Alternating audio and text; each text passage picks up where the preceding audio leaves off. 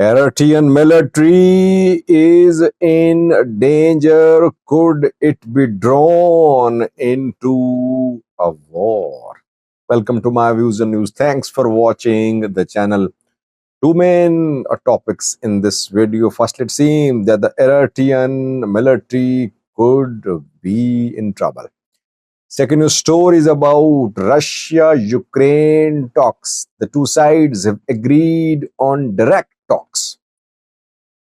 Let's have a look at this news story first. Putin has agreed to talk to Zelensky. Direct talks going to begin, it seems. A few hours ago, it was confirmed that Russia has agreed to talk to Ukraine directly. Ukrainian President Zelensky also showed his willingness.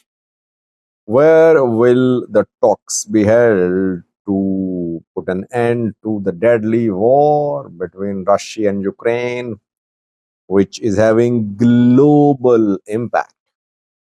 Donald Trump, the new US president, since day one when he took office, has been saying that he wants to end the war. Trump, by the way, is definitely playing a key role in stopping wars. He stopped Russia-Ukraine war. He stopped Rwanda, Congo escalation, and Trump pressurized Russia, rather Ukraine. He pressured Ukraine more, telling Ukraine to agree to a ceasefire deal with Russia.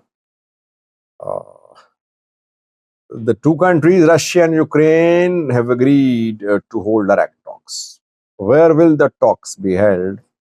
Talks will be held in Turkey. Istanbul has been chosen as the destination of these talks. Talks could start on the 15th of May after just 3 days. We could see start of talks between Russia and Ukraine in Turkey. By the way, Russia is proposing the establishment of a buffer zone between Russia and Ukraine.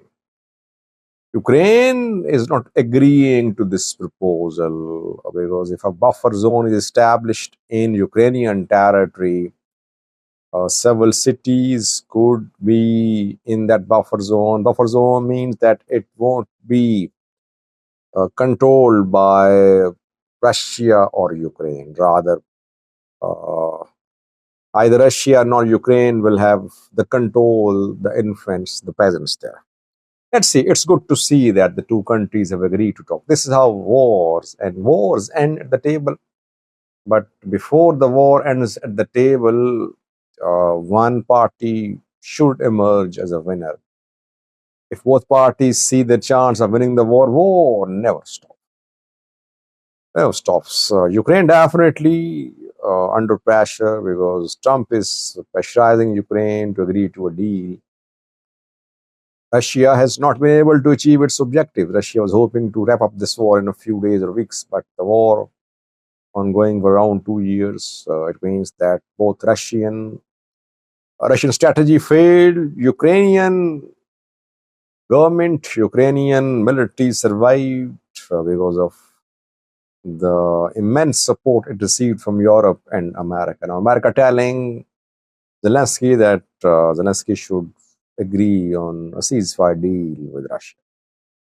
So the Eritrean military is in danger. 3 days ago, I did a video. I told you about deployment of Eritrean military in Sudanese territorial waters. I said that Eritrean Navy contingents have been deployed with warships, with boats near Port Sudan. I said that the Eritrean naval forces have been deployed in Sudan's territorial waters at the request of Sudanese government of Abdul Fattah al-Burhan, the general who's leading the Sudanese military in the war against rapid support forces of Hamdan Dagalo.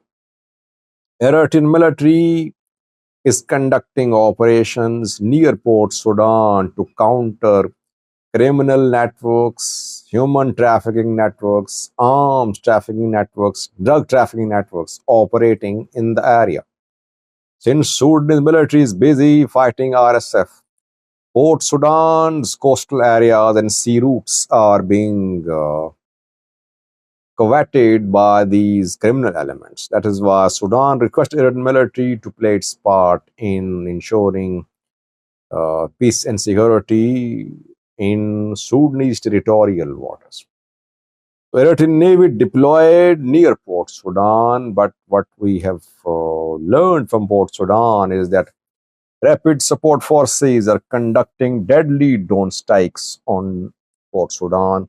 The last 4 days, on daily basis, RSF, Rapid Support Forces from Dan Dagalo, have been conducting very precision strikes on key locations in Port Sudan. Airport has been hit. Oil, fuel depots have been hit. Hotels targeted. Military sites targeted. Grid stations targeted. Everything is being targeted. Port Sudan has been functioning as a sort of capital of Sudan after Sudanese military lost control of Khartoum. But this capital of Sudan is turning into a war zone now. Reportedly, RSF have conducted some drone strikes very close to Port Sudan coastal areas where there is deployment of Eritrean military.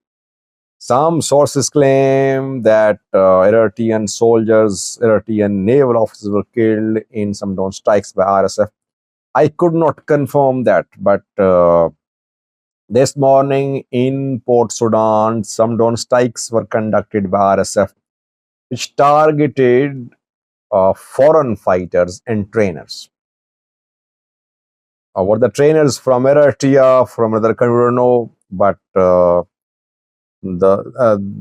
drone strikes conducted this morning were not conducted specifically on Eritrean naval assets. Rather, drone strikes were conducted in Port Sudan city, where the military sites are located. But I think RSF are sending a message, very clear message to Eritrea, that if Eritrea makes any attempt to support Sudanese military through Port Sudan, RSF will take action. RSF won't allow Eritrea to provide weapon support, personnel support to Sudanese military through Port Sudan. RSF conducted some strikes on Kassala airport a few days ago, situated around 20 kilometers away from Sudan Eritrea border. Eritrean Navy, I think, will have to be very careful. Eritrean military will have to be very careful because drone strikes are being conducted very close to Eritrean Navy's deployment in Port Sudan. And if Eritrean forces try to enter Port Sudan to support to support Sudan military, rapid support forces will definitely hit Eritrean forces. Even Eritrean naval forces could be hit too if they start supporting the Sudanese military. One source says that RSF has sent a message to Eritrea. Eritrea must withdraw its naval forces from Sudan's territorial waters. Otherwise, RSF will take action. That is what I'm saying. Eritrean military is in danger. It needs to be very careful about its deployment in Sudanese territorial waters near Port Sudan. Thank you for watching.